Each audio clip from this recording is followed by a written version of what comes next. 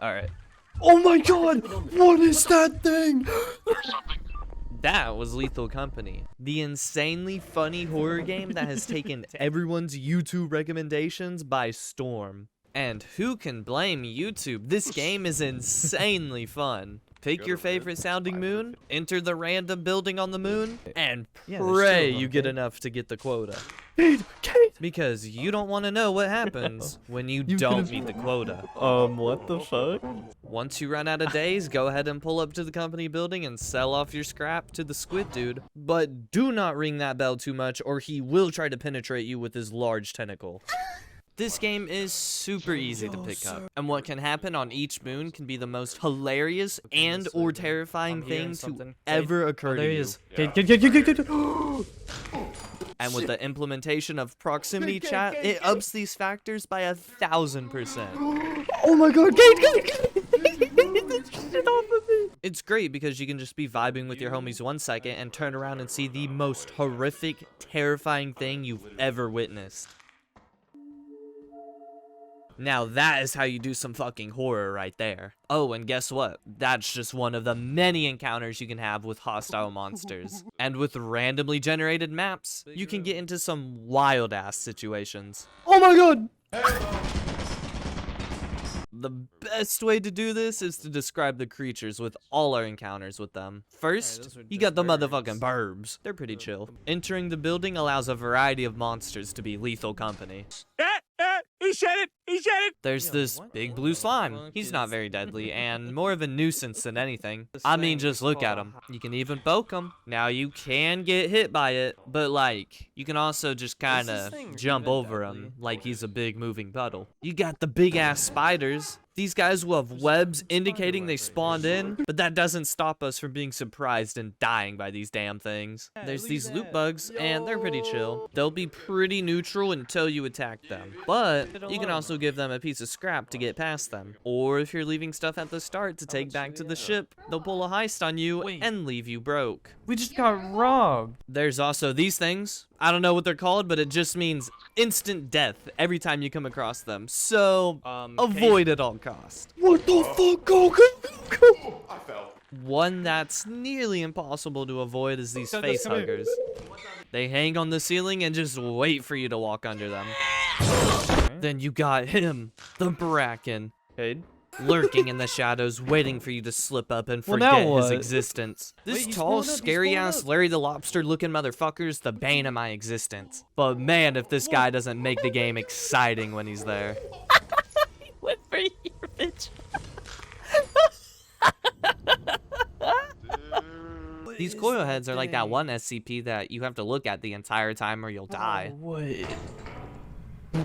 And Oh this my God, Jack-in-the-Box what does this say? that I don't know what it does, but I do not want to know what happens when his box gets done. Because, man, the moon he spawns on is awful. Alright, so you just survived the inside of the moon and you're bringing all the scrap back to your ship. But wait, it's nighttime. That means new challengers are approaching. Oh, load. Like those things. Eyeless dogs, which can hear you talking if you are too loud, and are also a type of instant death if they end up targeting you. Oh, and fun fact, they're immune to flashbangs. And another form of instant death can come in these forest giants, which have map-wide vision and make their presence known when they spot you. You also got those things. What are those things? Man, I don't know, but they're there.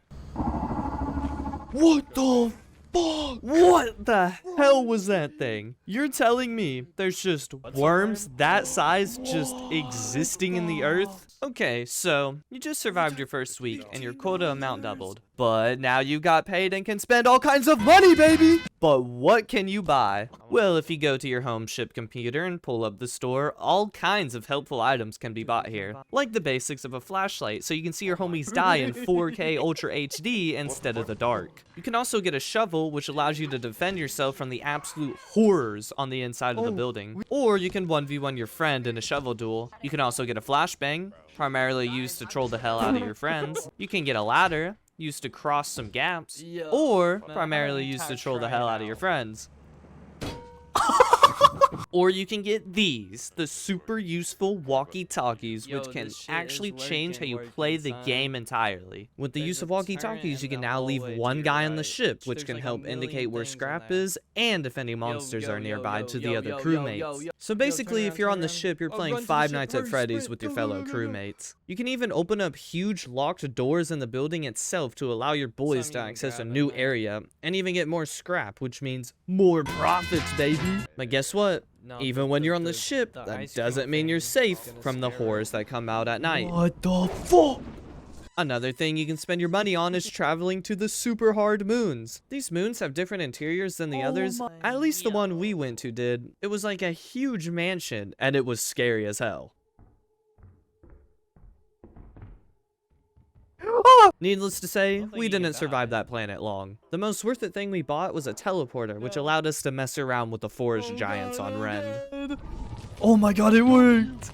But wait, who am I kidding? The most worth it thing we bought was the green suit. Being absolutely dripped out while running for your life is the most important step in meeting quota. I mentioned one of the moons being Rend, but that's just one of 8 possible moons you can explore, all ranging in difficulty and different hazards on each moon. From Experimentation, the easiest moon because your ship is right next to the building, all the way up to the hardest one we went to, Rend, a snow blizzard planet that is impossible to navigate because of how dark it is. And good luck seeing what's about to attack you out there. It can also be storming on a moon, which has unforeseen consequences of carrying your scrap back. Or it can even be eclipsed, aka eternal suffering, as all of the monsters that come out at night are also there during the day to make you suffer. It can also be foggy, which is basically a big fuck you. I think my personal favorite one is March, because of the Bracken encounters. And because my friend didn't see this huge ass lake as soon as we spawned in and just walked in and drowned to death. I also like Val because of all the forest giants at night and this bridge that has a chance of breaking every time you cross it. And on every planet you can see these beehives full of bees. You can actually grab the hive and take it to the ship for some last minute profits if you really need to. However, this will usually end in the demise of at least one of your crewmates. Inside on each moon, you can find all kinds of other fun hazards, like having to jump across a bottomless pit to try and get some more scrap, or to escape a monster. Now, if you're like me, these jumps are the absolute hardest thing about this game, and seem to miss every jump every time. Or you just walked into the wrong part of a room and fell to your death. Oh, and who can forget about landmines and turns, which can delete you in a couple of milliseconds if exposed to one for too long. But what I like to do with landmines is sacrifice yourself to kill a monster so the rest of your crew can get quota. There's also steam valves that can block your vision, and you can get pretty lost in there. Oh my god, there's a turn in here.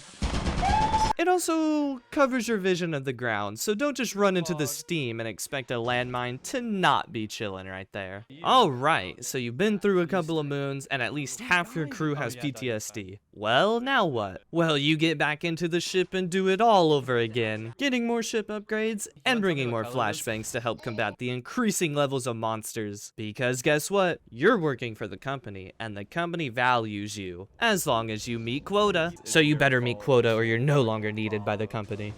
It's your fucking fault.